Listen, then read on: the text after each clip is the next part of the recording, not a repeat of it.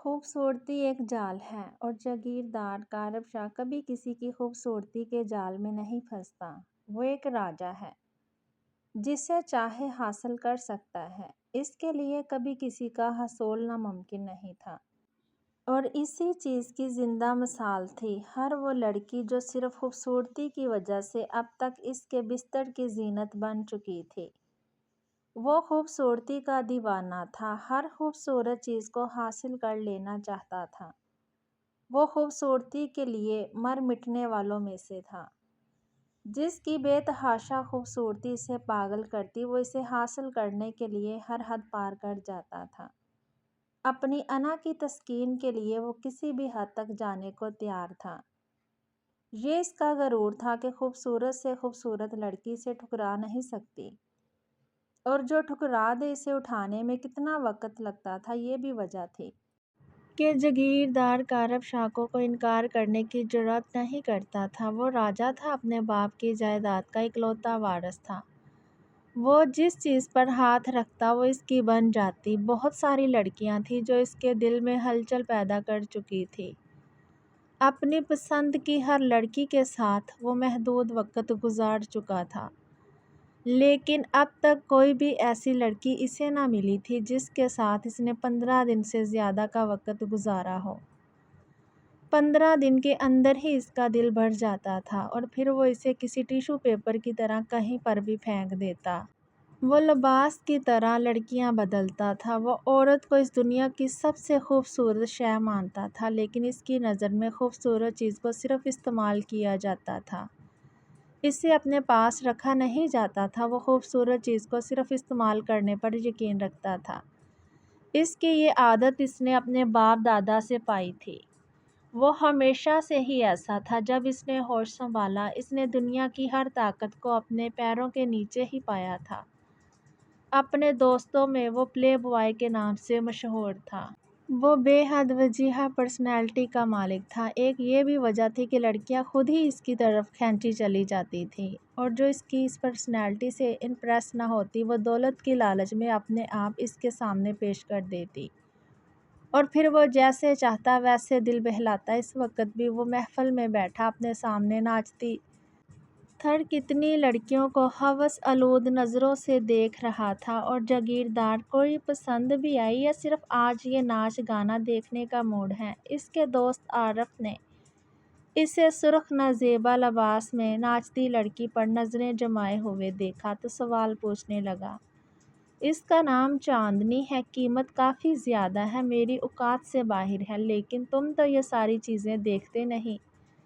لیکن اس پر نیت میری بھی خراب ہے، اگر تم تھوڑا رحم و کرم کرو تو تمہارے ساتھ میرا کام بھی ہو جائے گا۔ آخر میں تمہیں اس دلکش جگہ پر لایا ہوں، میرے لیے اتنا تو کر ہی سکتے ہو تم۔ عارف مسکراتے ہوئے ذرا لالچی انداز میں بولا تو کارب مسکرا دیا اور اپنا والیٹ نکال کر ٹیبل پر پھینکتا اٹھ کر کھڑا ہو گیا۔ اس کے اٹھنے پر وہ بھی پریشانی سے اٹھ گیا۔ کیا ہو گیا کارب، کیا تمہیں میری بات بری لگی ہے؟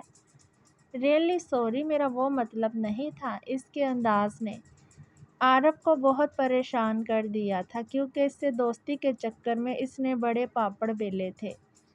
ابھی تو ان کی دوستی ہوئے چند دن نہیں ہوئے تھے۔ اس کے لیے کارب کے موڈ کو سمجھنا کافی مشکل تھا، لیکن اس دولت مند انسان کو وہ خود سے دور بھی نہیں کر سکتا تھا۔ آخر ایک مہینے میں اس کی اوقات کافی بڑھ گئی تھی۔ کارب اسے اپنے ساتھ مکمل عیاشی کروا رہا تھا، اور کارب کو ناراض کر کے اپنی عیاشی پر مبین نہیں لگوا سکتا تھا۔ نہیں کاکا، اس میں ناراضگی کی کیا بات ہے، یہ پیسے رکھ لو اور اپنا دل بہلا لو، مجھے ایسی لڑکیوں میں انٹرسٹڈ نہیں۔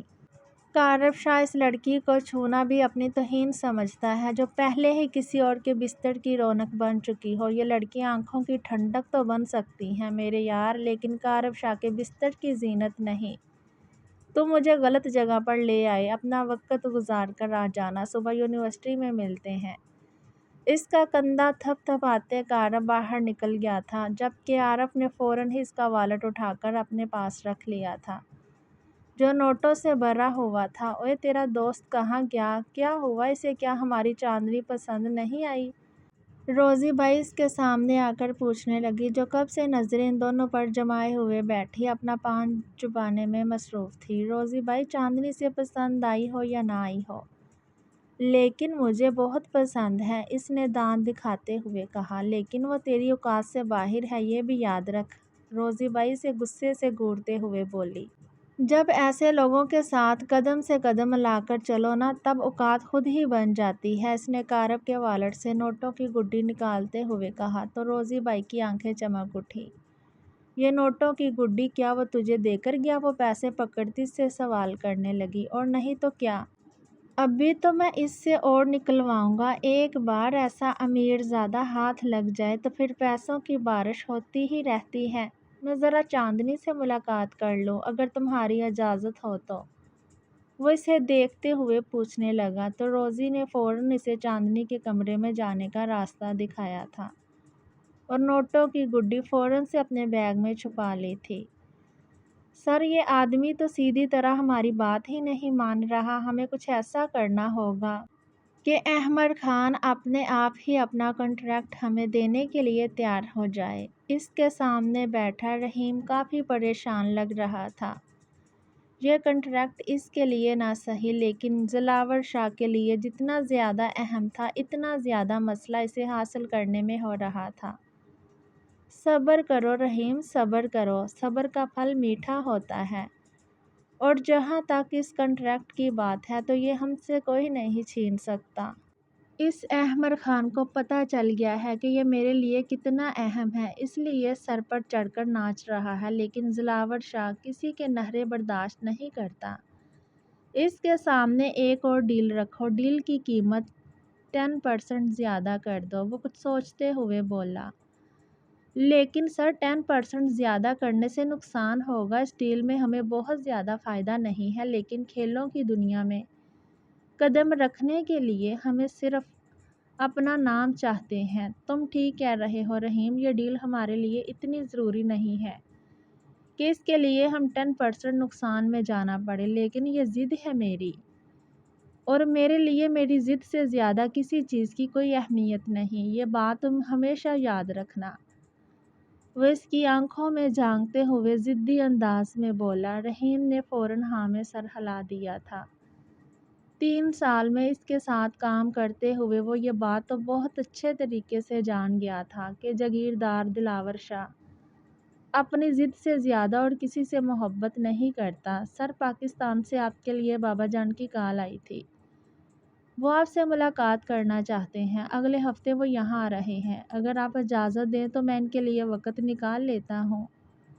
اگلا ہفتہ آپ کا تقریباً بیزی ہے، لیکن فرائیڈے کی میٹنگ کینسل ہو چکی ہے، اس دن آپ اپنے بابا جان کے ساتھ وقت گزار پائیں گے۔ نہیں، اس کی ضرورت نہیں ہے، تم بابا جان کو بتا دینا کہ 2 ہفتوں کے بعد میں خود پاکستان آ رہا ہوں، میں وہیں آ کر ان سے ملوں گا۔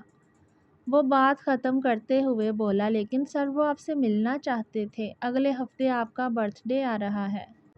تم 3 سال سے میرے ساتھ ہو، کیا تم نے ان 3 سالوں میں مجھے کبھی میرا برتھ ڈے مناتے ہوئے دیکھا ہے؟ وہ سر اٹھا کر اس کی طرف دیکھتا سوال کرنے لگا تو رحیم نے سر جھکا لیا۔ 3.5 مہینے ہو چکے ہیں آپ اپنے والد سے نہیں ملے، کافی بیمار رہے ہیں وہ، اور آپ سے ملاقات کی خواہش مند ہیں وہ، یہاں کسی کام سے نہیں بلکہ آپ سے ملنے کے لیے آ رہے ہیں۔ تم بتا دو کہ میرے پاس وقت نہیں ہے، میں مصروف ہوں، تم جا سکتے ہو۔ اس سے پہلے کہ رحیم کچھ بھی اور کہتا، اس نے ذرا سختی سے کہا تو رحیم ہاں میں سر ہلاتا وہاں سے نکل گیا۔ اسے جاگیردار سکندر شاہ پر ترس آتا تھا، کیسا باپ تھا وہ جو اپنے بیٹے سے ملنے کے لیے اس کے فری ہونے کا انتظار کرتا تھا۔ 3 مہینے پہلے جب وہ اس سے ملنے کے لیے امریکہ آئے تھے، تب بھی وہ صرف احسان کرنے والے انداز میں تقریباً چند منٹ ان کے پاس رکا تھا، اور پھر کہہ دیا کہ اس کی بہت ضروری میٹنگ ہے، اور وہ ملاقات وہیں پر ختم ہو گئی۔ جاگیردار سکندر شاہ نے نہ جانے اپنے دل میں کیا چھپا رکھا تھا کہ اپنے بیٹے کے اس انداز پر وہ اس سے گلہ تک نہیں کرتے تھے۔ کوئی شکایت نہیں، کوئی شکوہ نہیں، بس جتنا وقت وہ انہیں دیتا وہ خوشی سے لے لیتے تھے۔ اس نے جاگیردار سکندر شاہ کے ظلم و ستم کی بہت کہانیاں سن رکھی تھی۔ وہ ایک بہت ظالم اور جابر شخص تھا، یہ تو وہ جانتا تھا، لیکن اپنے بیٹے کے سامنے وہ اس قدر بے بس کیوں تھا، یہ اسے سمجھ نہیں آتا تھا۔ شاید بیٹے کی محبت انہیں بے بس کرتی تھی، یا کچھ اور تھا، کیونکہ جاگیردار دلاور شاہ کے انداز میں ان کے لیے کوئی محبت، کوئی چاہت اس نے کبھی محسوس نہیں کی تھی۔ شاید وہ ان سے محبت کرتا ہی نہیں تھا۔ فون پر بات کرتے ہوئے اکثر وہ ان کی گفتگو سن لیا کرتا تھا، جہاں وہ صاف الفاظ میں ان پر یہ واضح کرتا تھا کہ وہ اس پر کسی طرح کا کوئی حق نہیں رکھتے، اور یہی بات اسے متحبس کرتی تھی کہ کوئی باپ بھلا اپنے بیٹے پر حق کیسے نہیں رکھ سکتا۔ دلاور شاہ کی سوچ اور اس کا انداز اسے اکثر پریشان کر دیتا تھا۔ وہ 12 سال کا تھا جب اس کے باپ نے یہ کہہ کر دوسری شادی کر لی کہ اسے ایک ماں کی ضرورت ہے، لیکن اس نے کہہ دیا کہ اسے کسی سوتیلی ماں کی نہیں بلکہ اپنی ماں کی ضرورت ہے۔ اگر وہ اسے اس کی ماں واپس نہیں کر سکتا تو اس کے لیے کسی عورت کو بھی نہ لائیں۔ لیکن سکندر شاہ نے دوسری شادی کر لی، اس کی دوسری شادی کی وجہ کوئی بھی کیوں نہ ہو، لیکن وہ اس دن اپنے بیٹے کے دل سے اتر گیا۔ اپنی ماں کی جگہ کسی اور عورت کو دیکھ کر اسے اس عورت سے بھی نفرت ہونے لگی، تو وہ اپنے باپ کو چھوڑ کر امریکہ آ گیا۔ اپنی تعلیم مکمل کر کے اس نے یہیں پر اپنے بزنس کو بڑھانے کا فیصلہ کیا۔ وہ اس جگہ جانا پسند نہیں کرتا تھا جہاں جاگیردار سکندر شاہ کے آنے کے امکانات ہوتے۔ باپ اس کا چہرہ دیکھنے کو ترستا تھا، اور یہ چیز اسے سکون دیتی تھی۔ اس کا بیٹا یہ نہ سوچے کہ اس کا باپ اس سے زیادہ کسی اور سے محبت کرتا ہے۔ اس نے آمنہ سے ماں بننے کا حق چھین لیا، وہ ظالم تھا۔ اس کے لیے اس کے بیٹے سے زیادہ اہم اور کچھ نہیں تھا۔ وہ چاہتا تھا کہ صرف اس کا بیٹا ہی اسے بابا جان کہہ کر پکارے۔ آمنہ ایک بے حد حسین لڑکی تھی، اور اس کے باپ نے خود ہی سکندر شاہ کو آفر کی تھی کہ اس کی بیوی مر چکی ہے تو کیوں نہ وہ اس کی بیٹی سے شادی کر لے، اور جب نکاح طے پایا تب فون پر اسے پہلے ہی بتا چکا تھا کہ وہ دلاور کے علاوہ اور کوئی اولاد نہیں چاہتا۔ اس شرط کو منظوری دے کر ہی آمنہ کے باپ نے نکاح کروایا تھا۔ سکندر شاہ بہت دولت مند تھا، وہ آمنہ کو ہر طرح کی خوشی دے سکتا تھا، اور آمنہ کی ماں نے بھی اسے یہی کہا تھا کہ وقت گزرتے تم سکندر شاہ کو خود سے محبت کرنے پر مجبور کر دینا، وہ خود تمہارے وجود سے اولاد کی خواہش کرے گا۔ لیکن یہ صرف ایک خواہش ہی رہ گئی۔ آمنہ کبھی اس کے بچے کی ماں نہ بن سکی۔ دلاور کے لیے اس کے دل میں کوئی کھوٹ نہ تھی، وہ ہمیشہ اس سے سچے جذبات سے ملی تھی۔ اسے لگا تھا کہ شاید دلاور بھی اسے ماں کے روم میں قبول کر کے اس کی ممتا کو ٹھنڈک دے گا، لیکن ایسا کبھی بھی نہ ہوا۔ وہ اسے نفرت کرتا تھا، بے انتہا نفرت۔ اسے آمنہ کے وجود سے الجھن تھی، وہ اسے برداشت نہیں کر سکتا تھا۔ جب بھی آمنہ اس کے قریب آنے کی یا پھر اس سے بات کرنے کی کوشش کرتی، وہ چیخنے لگتا، چلانے لگتا، اور پھر آخر اس نے ہمیشہ کے لیے ان سے دور جانے کا سوچ لیا۔ 4 سال تک آمنہ نے ہر ممکن کوشش کی کہ وہ دلاور کو کسی بھی طرح اپنی محبت کا احساس دلائے، لیکن ایسا نہ ہو سکا۔ دلاور کی الجھن نفرت کا روپ اختیار کر گئی، اور پھر ایک دن اسے پتہ چلا کہ وہ صرف آمنہ کے وجود سے نہیں بلکہ سکندر کے وجود سے بھی نفرت کرنے لگا تھا۔ اسے اپنے باپ کی ذات سے محبت نہیں تھی، وہ اپنے باپ سے دور رہنا چاہتا تھا۔ 12 سال کی عمر میں ایک رات وہ اپنے باپ کے کمرے میں آیا۔ دلاور، میرا بچہ، تم باہر کیوں کھڑے ہو؟ اندر آؤ میری جان۔ اسے کمرے کے دروازے پر کھڑے دیکھ وہ خود آگے بڑھتے ہوئے اسے اپنے سینے سے لگا چکے تھے، جبکہ وہ اگلے ہی لمحے میں ان سے الگ ہوا تھا۔ اس کا انداز آمنہ کو بہت برا لگا تھا، لیکن سکندر کو نہیں، کیونکہ وہ تو بیٹے کی توجہ کو ترسے ہوئے تھے۔ ان کے لیے اتنا ہی کافی تھا کہ ان کا بیٹا ان سے ملنے کے لیے ان کے کمرے تک آیا تھا۔ بابا جان، میں امریکہ جانا چاہتا ہوں، ہمیشہ کے لیے، وہ ان سے دور ہوتے ہوئے بولا۔ سکندر شاہ حیرانگی سے اسے دیکھنے لگے۔ لیکن میری جان، تم وہاں کیسے رہو گے اکیلے؟ ابھی تم چھوٹے ہو، ابھی تمہارا میٹرک بھی کلیئر نہیں ہے۔ تم میٹرک کر لو، اس کے بعد آپ میری ہر بات کی مخالفت کیوں کرتے ہیں بابا جان؟ میں نے کہا نا میں امریکہ جانا چاہتا ہوں، تو مجھے بھیج دیں، نہیں رہنا مجھے اس گھٹن زدہ ماحول میں۔ یہاں میں کہیں باہر نہیں جا سکتا کیونکہ ہر وقت آپ کو لگتا ہے کہ مجھے جان کا خطرہ ہے۔ یہاں میرے دوست نہیں ہیں، آزادی نہیں ہے، میں یہاں پر قید ہو کر رہ گیا ہوں۔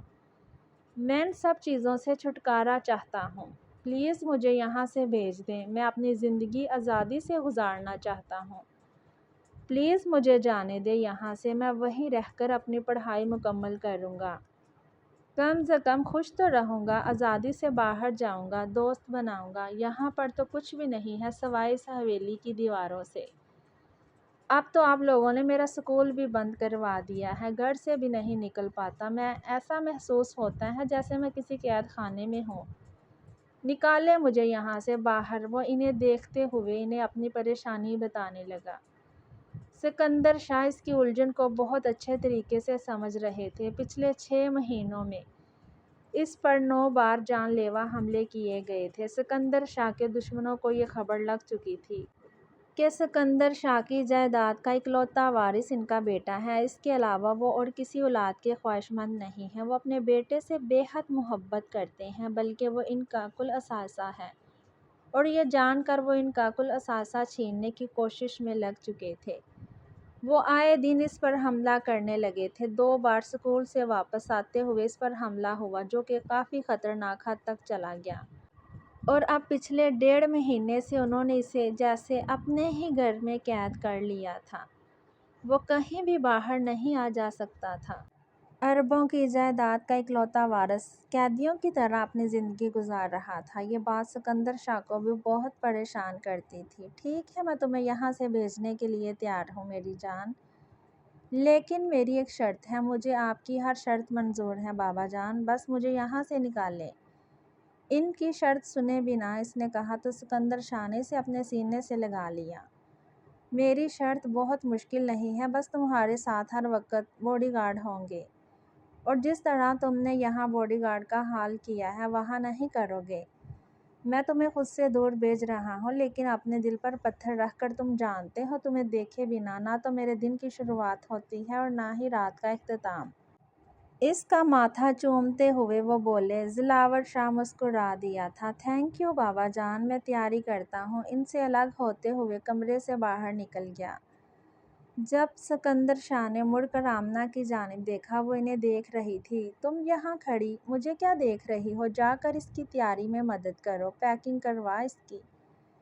وہ ذرا سختی سے بولے۔ بیویوں کو محبت سے پکارنے پر وہ یقین نہیں رکھتے تھے۔ یہ تو اس حویلی کے مردوں کا اصل تھا کہ بیوی پیر کی جوتی ہے، اسے سر پر نہیں رکھنا چاہیے۔ ان کا ماننا تھا کہ عورت سے 2 بول محبت سے بات کرنے سے وہ اپنی حدود بھول جاتی ہے، اور سکندر صاحب تو آمنہ سے پہلے اپنی من چاہی بیوی، جو انہیں دلاور شاہ کے نام کی خوشی دے چکی تھی، اس کو بھی حد میں رکھتے تھے، تو پھر آمنہ ان کے سامنے کیا تھی؟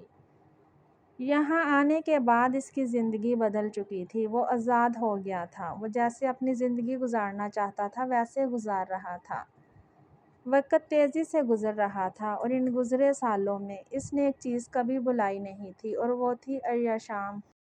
ایشام جہانگیر شاہ، اس کی پھپھو کی بیٹی۔ اس کی پیدائش پر ہی یہ بات کہہ دی گئی تھی کہ وہ صرف اور صرف دلاور شاہ کی ہے۔ ایک دن کی اس ننھی سی کلی کی چھوٹی سی انگلی میں دلاور شاہ کے نام کی انگوٹھی تھی۔ وہ اس کی منگ تھی، صاف الفاظ میں وہ اس کی جاگیر تھی۔ اور جاگیردار جان سے جا سکتا ہے، اپنی جاگیر سے نہیں۔ وہ نہیں جانتا تھا کہ ایشام جہانگیر کیا حیثیت رکھتی ہے، خوبصورت ہے یا نہیں، لیکن پھر بھی وہ اس کے دل میں دھڑکتی تھی۔ وہ اس سے محبت کرتا تھا یا نہیں وہ نہیں جانتا تھا، بس ایک جنون تھا، ایک ضد تھی۔ وہ اس کی ہے۔ پھپھو جان کے انتقال کے بعد جہانگیر شاہ نے ان سے ہر طرح کا تعلق ختم کر لیا تھا۔ اب وہ ان کوئی تعلق نہیں رکھتے تھے۔ ایک خاندانی دشمنی تھی جو اب خاموش ہو چکی تھی۔ جب سے سکندر شاہ نے جہانگیر شاہ کے بھائی ندیم شاہ کا قتل کیا تھا، اس کے بعد ان میں ایک خاموش سرد جنگ چھڑ گئی تھی۔ اپنے محبت کرنے والے شوہر کو جب پھپھو جان نے ایک الگ روپ میں دیکھا تو وہ اندر ہی اندر کٹنے لگی۔ جہانگیر شاہ نے ان پر پابندیاں لگا دی تھی، وہ مرتے دم تک کبھی اپنے بھائی باپ سے نہ مل سکی۔ پھپھو جان کو کوئی بیماری لاحق ہو گئی تھی، اسے امریکہ آئے ہوئے 2 سال گزر چکے تھے۔ جب اسے اپنی پیاری پھپھو کے انتقال کی خبر ملی وہ بہت اداس ہو گیا تھا۔ کہنے کو ان کی منگنی توڑ دی گئی تھی، کیونکہ وہ لوگ ہر طرح کا تعلق ہی ختم کر چکے تھے، لیکن کچھ تعلق کبھی ختم نہیں ہو سکتے۔ دلاور شاہ اپنی پھپھو کے الفاظ بھلا نہیں پایا تھا، وہ ان کی خواہش پوری کرنے کے لیے ہر حد پار کر سکتا تھا، اور وہ ایشام کے 18 سال ہونے کا انتظار کر رہا تھا۔ اس کا انتظار ختم ہو چکا تھا، اسی لیے تو وہ پاکستان جا رہا تھا، کیونکہ 2 ہفتوں کے بعد اس کی 18ویں سالگرہ تھی۔ بس کچھ ہی دن کا انتظار اور تھا، وہ ہمیشہ کے لیے اس کی ہونے والی تھی۔ وہ حسن پرست نہیں تھا، اس نے اپنے آپ کو کبھی ان راستوں میں جانے نہ دیا۔ اس کی سوچ اس کے باپ جیسی نہیں تھی، اس کی نظر میں ایشام صرف اس کی منگیتر نہیں تھی، وہ ایشام کو اپنی بیوی بنانا چاہتا تھا، کیونکہ وہ اس کی ماں کی آخری خواہش تھی، اس کی پھپھو کے آخری الفاظ تھے۔ جہانگیر شاہ نے ہر طرح کا تعلق ختم کر دیا تھا، لیکن پھر بھی وہ کبھی بھی صلاح کو اپنے بھتیجے سے بات کرنے سے روک نہیں پایا تھا۔ چھپ کر ہی صحیح، لیکن وہ اس سے بات ضرور کرتی تھی، اور آخری بار جب ان دونوں میں بات ہوئی تھی تب انہوں نے کہا تھا، دلاور میری بیٹی بہت معصوم ہے، اور یاد رکھنا میں رہوں یا نہ رہوں وہ تمہاری امانت ہے، تم اسے ضرور لے جاؤ گے۔ اور اس نے وعدہ کیا تھا اپنی پھپھو سے کہ وہ اپنی امانت کو لینے ضرور آئے گا۔ اسے کوئی فرق نہیں پڑتا تھا کہ جہانگیر اس کے بارے میں کیا سوچتا ہے، اسے تو یہ فرق بھی نہیں پڑتا تھا کہ ایشام خود اس کے بارے میں کیا سوچ رکھتی ہے۔ وہ تو یہ بھی نہیں جانتا تھا کہ ایشام اسے جانتی بھی ہے یا نہیں۔ یقیناً وہ نہیں جانتی ہوگی، اس حویلی میں تو ان لوگوں کے بارے میں کبھی بات بھی نہیں کی جاتی ہوگی۔ اس کی تو سوچ میں بھی دلاور شاہ کا نام کبھی نہیں گونجا ہوگا۔ لیکن بہت جلد دلاور شاہ اس کی ہر سوچ پر سوار ہونے والا تھا، اس کی سانس سانس پر اپنی حکومت جتانے والا تھا۔ بہت جلد وہ اس کے لیے ایک بڑا امتحان بن کر آنے والا تھا۔ آشی بیٹا اٹھ جاؤ، تمہارے بابا تمہیں بلا رہے ہیں۔ صوفیہ نے کمرے میں قدم رکھا تو اسے گہری نیند میں پایا۔ وہ آہستہ سے اس کے پاس آتے ہوئے اس کا معصوم چہرہ دیکھنے لگی۔ وہ اسے جگانا تو نہیں چاہتی تھی، لیکن اس کے بابا اس سے بلا رہے تھے، اور وہ جب بھی اسے بلاتے تھے تو وجہ کوئی بھی بڑی ہی ہوتی تھی۔ آشی جو گہری نیند میں تھی ان کی آواز پر آنکھیں کھولے انہیں دیکھنے لگی۔ وہ پیار سے اس کے پاس بیٹھی اس کے لمبے بال سہلا رہی تھی۔ بڑی ماما بابا کیوں بلا رہے ہیں؟ خیریت تو ہے نا؟ بابا جان غصے میں تو نہیں ہے نا؟ وہ اٹھ کر بیٹھتے ہوئے سہمے ہوئے انداز میں پوچھنے لگی۔ بچے وہ غصے میں تو نہیں لگ رہے تھے، لیکن کچھ کہا نہیں جا سکتا۔ جہانگیر بھائی کا موڈ کیسا ہو جائے کچھ پتہ نہیں چلتا نا؟ وہ پیار سے اس کے گال چھوتے ہوئے اس کا ڈر کم کرنے کی کوشش کر رہی تھی۔ اسے ہر چیز سے ڈر لگتا تھا، بابا کی اونچی آواز سے لے کر ان کی سخت گہری آنکھوں سے۔ بابا جان کو کب کس بات پر غصہ آ جائے پتہ نہیں چلتا تھا۔ وہ بہت کم اپنے بابا جان کے سامنے جایا کرتی تھی، اور جہانگیر شاہ نے خود بھی کبھی اپنی بیٹی کی کمی محسوس نہیں کی تھی۔ ان کے لیے شاید ہی ایشام کا وجود کوئی اہمیت رکھتا تھا۔ وہ تو ڈنر ٹیبل پر اسے ایک نظر دیکھ کر چہرہ جھکا لیا کرتے تھے، کوئی بہت اہم بات کرنی ہو تو کہہ دیتے تھے، ورنہ انہوں نے تو کبھی بھی اسے نظر بھر کر دیکھا تک نہیں تھا۔ پتہ نہیں کیا کمی تھی اس میں جو اس کا باپ اسے دیکھنا تک پسند نہیں کرتا تھا۔ سب تو کہتے تھے کہ اس کے روپ میں معصومیت ہے، وہ اپنی ماں سے بہت ملتی ہے، بس فرق اتنا ہے کہ اس کے روپ میں بہت کشش ہے۔ جو بھی اسے ایک بار دیکھتا تھا دوسری بار دیکھنے کی خواہش کرتا تھا، لیکن شاید اس کے باپ کو اسے دیکھنے کی کوئی خواہش نہیں تھی۔ شاید آج انہوں نے 15 دن کے بعد اس کا نام لیا تھا، نہ جانے انہیں اپنی بیٹی کی یاد کیسے آ گئی تھی۔ وہ تو اب نیچے چل کر ہی پتہ چلنا تھا۔ چلے بڑی مما میں تھوڑی دیر میں آتی ہوں، آپ تب تک بابا کے غصے کا لیول چیک کریں۔ کیونکہ میں ان کے قہر کا نشانہ نہیں بننا چاہتی۔ وہ سہمی ہوئی نظروں سے انہیں دیکھتی اس کے ہاتھ تھامتے ہوئے بولی، تو انہیں بے اختیار اس معصوم پر بہت پیار آیا تھا۔ بیٹیاں تو بابا کی محبتوں پر ناز کرتی ہیں، اور ایک یہ معصوم تھی جو اپنے ہی باپ سے بے حد خوف کھاتی تھی۔ جو لڑکی تمہارے سامنے آتی ہے تو اسے ریجیکٹ کر دیتے ہو۔ آخر تم کس سے شادی کرو گے کارب؟ آخر کون ہوگی وہ لڑکی جو تمہارے دل کی دھڑکن بنے گی؟ میں کبھی کبھی سوچتا ہوں تمہاری چوائس کیا ہے؟ کس طرح کی لڑکی چاہیے تمہیں؟ یہاں تو ہر لڑکی مرتی ہے تم پر، تمہارے ساتھ اپنے لمحات حسین کرنے کے لیے کسی بھی حد تک جانے کو تیار ہو جاتی ہے۔ تمہاری سوچ تک رسائی حاصل کرنا تو ناممکن ہے۔ تم تو ان معصوموں کا لیکن دل توڑنے میں ایک سیکنڈ نہیں لگاتے۔ مجھے تو ترس آتا ہے ان حسینوں پر جو تمہارے سامنے اپنا آپ ہار دیتی ہیں اور تم ان کے دل کو کچل کر آگے بڑھ جاتے ہو۔ ایک بات بتاؤ، تمہیں ان کی بد دعاؤں سے ڈر نہیں لگتا کیا؟ اس کے پاس بیٹھا عارف اس سے سوال کر رہا تھا، جبکہ اس کی ساری باتیں کارب شاہ کو بے وقوفانہ لگ رہی تھی۔ تبھی تو اس کی باتوں پر صرف ہنسے جا رہا تھا۔ ڈر؟ اور ان 2 کی لڑکیوں کی بد دعاؤں سے جناب، جو خود آ کر آپ کی باہوں میں کسی پکے پھل کی طرح آ گرے، ان کی بد دعاؤں سے ڈر نہیں چاہیے، بلکہ اپنی رات رنگین کر کے 2 لفظ لعنت کے ان کے منہ پر مار کر انہیں بھول جانا چاہیے۔ یہی دستور دنیا ہے، وہ اسے سمجھاتے ہوئے بولا، جبکہ وہ صرف ہاں میں سر ہلا گیا تھا۔ جیسے کارب شاہ جو بھی کہتا وہ پتھر پر لکھی لکیر ہے، کبھی غلط ہو ہی نہیں سکتا۔ اور ویسے بھی عارف تو دم ہلانے والا کتا تھا، اس کے لیے تو کارب شاہ کی ہر بات ہی سونے کا نوالا تھی۔ تم بالکل ٹھیک کہتے ہو کارب، تمہارا ایک ایک لفظ ٹھیک ہے۔ ایسی لڑکیاں محبت کے قابل ہوتی ہی نہیں، ان کے ساتھ وہی سلوک کرنا چاہیے جو تم کرتے ہو۔ تم بالکل ٹھیک کرتے ہو، لیکن میں پھر بھی جاننا چاہتا ہوں کہ وہ لڑکی کون ہوگی جو تمہاری پسند ہوگی، جو تمہارے دل کی دنیا ہلا کر رکھ دے گی، جس سے محبت کرنے پر مجبور ہو جاؤ گے۔ میرا مطلب ہے میں یہ جاننا چاہتا ہوں کہ تمہاری آئیڈیل لڑکی کون ہے۔ یہ ساری لڑکیاں تو دل بہلانے کے لیے ٹھیک ہیں، لیکن شادی کرنے کے لیے تم کس طرح کی لڑکی کا انتخاب کرو گے؟ وہ واپس اپنے سوال پر آیا تو کارب نے ایک نظر اسے دیکھا اور پھر مسکرا دیا۔ میری پسند ان سب سے الگ ہے عارف، میں نہیں جانتا وہ کون ہوگی، کیسی ہوگی، کس طرح کی سوچ کی مالک ہوگی، کیا ذہانت ہوگی اس کی، لیکن ان سب سے الگ ہوگی۔ جو میرے ماں باپ فیصلہ کریں گے مجھے منظور ہوگا۔ میں اپنی پسند کی لڑکی سے دل بہلا لیتا ہوں، شادی اپنے ماں باپ کی مرضی سے کر لوں گا، لیکن وہ حسین ہونی چاہیے، اس کے چہرے کو دیکھ کر بار بار اسے دیکھنے کا دل کرے۔ کم از کم بات کرتے ہوئے میرے سامنے ایک حسین چہرہ ہونا چاہیے، جسے دیکھ کر آنکھوں کو ٹھنڈک ملے، سکون ملے، اور سب سے خاص بات وہ مجھ سے بے انتہا محبت کرتی ہو، میری ہر بات پر صحیح کی مہر لگائے۔ وہ سوچتے ہوئے بولا تو عارف ہاں میں سر ہلایا۔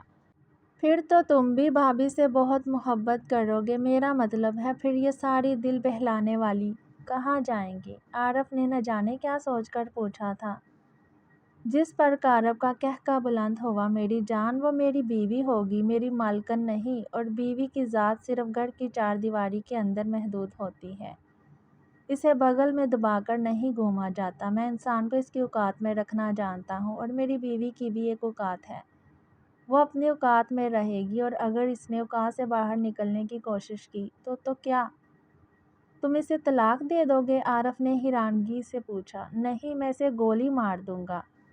ہم جاگیردار ہیں، اور جاگیردار اپنی ملکیت کسی کو خیرات میں نہیں دیتے۔ اس کا کندھا تھپ تھپاتے ہوئے وہ اس کے قریب سے اٹھ کر باہر نکل گیا تھا، جبکہ عارف جو خواہش اپنے دل میں لے کر بات یہاں تک لے گیا تھا چپ سا ہو گیا۔ وہ اپنی بہن کے لیے کارب کا سوچ رہا تھا، لیکن کارب کی سوچ پر اس کی بہن کبھی پوری نہیں اتر سکتی تھی، اور نہ ہی وہ اپنی بہن کی زندگی عذاب ہونے دے سکتا تھا۔ یونیورسٹی سے واپس آئی روز کی طرح سب سے پہلے اس نے کچن کا رخ کیا تھا، کیونکہ اسے یقین تھا کہ روز کی طرح آج بھی اس کے لیے وہاں برتنوں کا ڈھیر جمع ہوگا، اور بالکل ایسا ہی تھا۔ اب یہ سب کام اس کی عادت بن چکی تھی۔ 14 سال کی عمر میں وہ یہاں یتیم ہو کر آئی تھی۔ ماموں کا سہارا سوچ کر اس کے تایا نے اسے حاصل کرنے کے لیے زیادہ جدوجہد نہیں کی تھی، لیکن وہ کہاں جانتے تھے کہ مامی کو تو صرف ایک نوکرانی چاہیے جو ان کے بچوں کا خیال رکھے، ان کے گھر کو سنبھالے اور بدلے میں ان کی باتیں سنے، ان کی گالیاں بھی کھائے۔ اور اب تو یہ سب کچھ کرتے ہوئے 6 سال گزر گئے تھے۔ ابھی ایک ہفتہ پہلے اس کی 20ویں سالگرہ تھی اور یہ سالگرہ کسی کو یاد بھی نہ تھی۔ وہ دن آیا اور چلا گیا۔ کچھ لوگ بدبخت ہوتے ہیں اور وہ اپنے آپ کو بدبخت ہی سمجھتی تھی۔ اس کی سہیلی اسے کہا کرتی تھی، کیا ہوا جو تمہارے گھر والے اچھے نہیں ہیں؟ مجھے یقین ہے تمہارے سسرال والے اچھے ہوں گے۔ لیکن اچھے لفظ سے اب حور العین کا یقین اٹھ چکا تھا۔ اس کی زندگی میں اب کبھی کچھ اچھا ہوگا، وہ اس سوچ سے بھی بہت دور نکل آئی تھی۔ اب تو بس اس کی زندگی کٹ رہی تھی اور وہ خاموشی سے دن رات تانے سنتی، گالیاں کھاتے اسے کاٹتے جا رہی تھی۔ اور اس کے وہ ماموں جو اس کا سہارا بن کر اسے ہمیشہ کے لیے اپنے ساتھ لے کر آئے تھے، انہوں نے تو کبھی اس کا حال تک پوچھنے کی غلطی نہیں کی۔ انہیں تو کبھی ضرورت ہی محسوس نہیں ہوئی یہ پوچھنے کی کہ بیٹا تمہاری بھی کوئی ضرورت ہے کیا، تمہیں کچھ چاہیے؟ اپنے بچوں کے لیے ڈھیروں چیزیں، کھلونے اور پتہ نہیں کیا کیا لاتے۔ ان کو ایک بھی بار احساس نہ ہوا کہ کچھ خواہشات تو اس کی بھی ہو سکتی ہیں، لیکن شاید ان کی زندگی کا بھی وہی اصول تھا کہ یتیم کی کوئی خواہش نہیں ہوتی، یتیم صرف یتیم ہوتا ہے۔ اور اگر زندگی سے ماں باپ کا سایہ اٹھ جائے تو اسے خواہش کرنے کا کوئی حق نہیں ہوتا، کیونکہ خواہشات صرف ماں باپ کے پیسوں سے پوری کی جا سکتی ہیں، اپنے پیسوں سے تو صرف ضرورت پوری ہوتی ہے۔ اور اس کے پاس تو اتنے پیسے بھی نہیں تھے کہ وہ اپنی ضروریات کو پورا کر سکتی۔ آ گئی مہارانی، تجھے کوئی ہوش حواس ہے یا نہیں؟ گھر میں مہمان آنے والے ہیں اور تیری یونیورسٹیاں ہی ختم نہیں ہو رہی، اسی لیے میں یونیورسٹی جانے کے حق میں نہیں تھی۔ لیکن نا جی، بی بی نے تو پڑھنا لکھنا ہے، میرا بس چلے تو میں تیری کتابوں کو آگ لگا دوں۔ یہ لے لسٹ، یہ کھانے تجھے آج رات کو بنانے ہیں۔ رائما کو دیکھنے کے لیے لڑکے والے آ رہے ہیں اور میں نہیں چاہتی کہ کوئی بھی کمی رہ جائے۔ اسے عظمیٰ کے گھر بھیجا ہوا ہے تاکہ عظمیٰ اسے اچھے سے تیار کر دے۔ مہمان تقریباً 5 بجے تک آئیں گے۔ ساری تیاری ہو جانی چاہیے اور کھانا اتنا اچھا بنانا وہ لوگ انکار نہ کر پائیں۔ باقی تو میری بیٹی ماشاءاللہ سے ہی اتنی حسین کہ لڑکا انکار ہی نہیں کر پائے گا۔ بس لڑکے کی ماں تھوڑی ٹیڑھی ہے، لیکن شادی کے بعد میری بیٹی نے کون سا اپنے سسرال میں رہنا ہے، وہ تو ویسے بھی شوہر کے ساتھ الگ ہو جائے گی۔ لیکن ابھی کے مراحل طے کرنے ذرا مشکل ہیں، اسی لیے ذرا سی بھی کمی نہیں رہنی چاہیے۔ اگر کوئی گڑبڑ ہوئی تو تیری ٹانگیں توڑ دوں گی، یاد رکھنا۔ خبردار جو میری بیٹی سے جلی، وہ اسے گھورتے ہوئے بولی تھی۔ اسے اپنی مامی کی سوچ پر افسوس ہوا۔ مامی جان، میں کیوں جلنے لگی؟ اس سے وہ میری بہن ہے، مجھے تو خوشی ہے کہ کسی اچھی جگہ اس کا رشتہ ہونے جا رہا ہے، وہ انہیں دیکھتے ہوئے یقین دلانے والے انداز میں بولی۔ مامی کے دل میں اگر کوئی بات گھر کر لے تو پھر کبھی دل سے نکلتی نہیں تھی، اور وہ جانتی تھی کہ اگر اس معاملے میں انہیں یہ گمان ہوا کہ وہ ان کی بیٹی کے رشتہ ہونے کی وجہ سے جل رہی ہے تو مامی کبھی اس بات کو اپنے دل سے نہیں نکالیں گی اور اس کی زندگی میں ایک اور تانا شامل ہو جائے گا۔ بس میرے منہ لگنے کی ضرورت نہیں ہے، تو کتنی نیک پروین ہے، اچھے سے پتہ ہے مجھے۔ اب کام کر، کوئی کمی نہیں رہنی چاہیے، اور تو شام کو لڑکے والوں کے سامنے مت آنا، کہیں تیرے کالے سائے سے کچھ برباد ہی نہ ہو جائے۔ مامی اسے کوستے ہوئے کچن سے باہر نکل گئی، جبکہ وہ بنا ان کی بات کا برا منائے لسٹ کو دیکھنے لگی۔ یہ سب کچھ ایسے ہی بنانا تھا کیونکہ آئمہ کو تو اپنا آپ ہی سنوارنے سے فرصت نہیں تھی۔ اس نے جلدی جلدی سامان نکال کر شام کی تیاری شروع کر دی تھی۔ کھانا کھانے کا بھی وقت نہیں ملا تھا۔ جلدی سے برتن صاف کر کے اس نے کھانے پینے کا سامان نکال لیا تھا۔ جو چیزیں کم تھی وہ مامی کے چھوٹے بیٹے کو بھیج کر منگوا لی تھی، باقی سب کچھ مکمل ہی تھا، کیونکہ گھر میں آئمہ کے اس رشتے کے حوالے سے باتیں بہت دنوں سے چل رہی تھی۔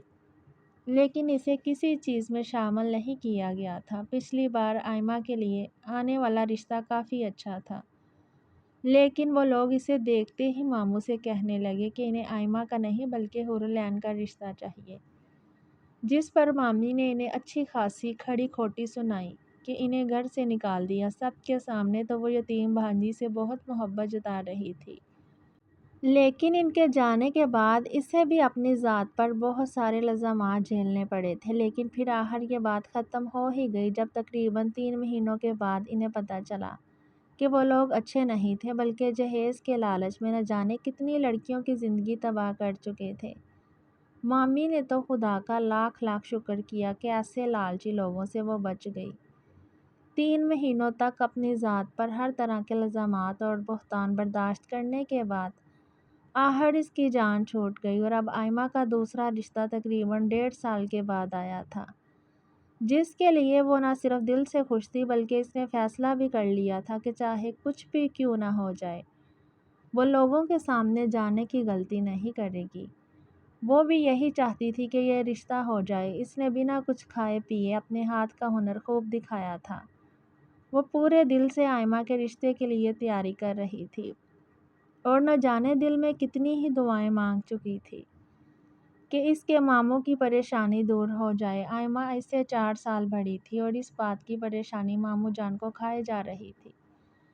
آپ نے بلایا بابا جان؟ وہ سلام کرتی ہوئی ڈائننگ ہال میں داخل ہوئی۔ بابا جان نے ایک نگاہ اس کی طرف دیکھتے ہوئے سر کے اشارے سے سلام کا جواب دیا اور پھر نظریں اپنی فائل پر جما لی جو وہ کافی دیر سے دیکھ رہے تھے۔ یہ شام وہیں کھڑی ان کے جواب کی منتظر تھی، جبکہ وہ شاید اپنا بے حد ضروری کام کر رہے تھے، اتنا ضروری کہ اس کام کے سامنے ان کی بیٹی کی بھی کوئی اہمیت نہیں تھی۔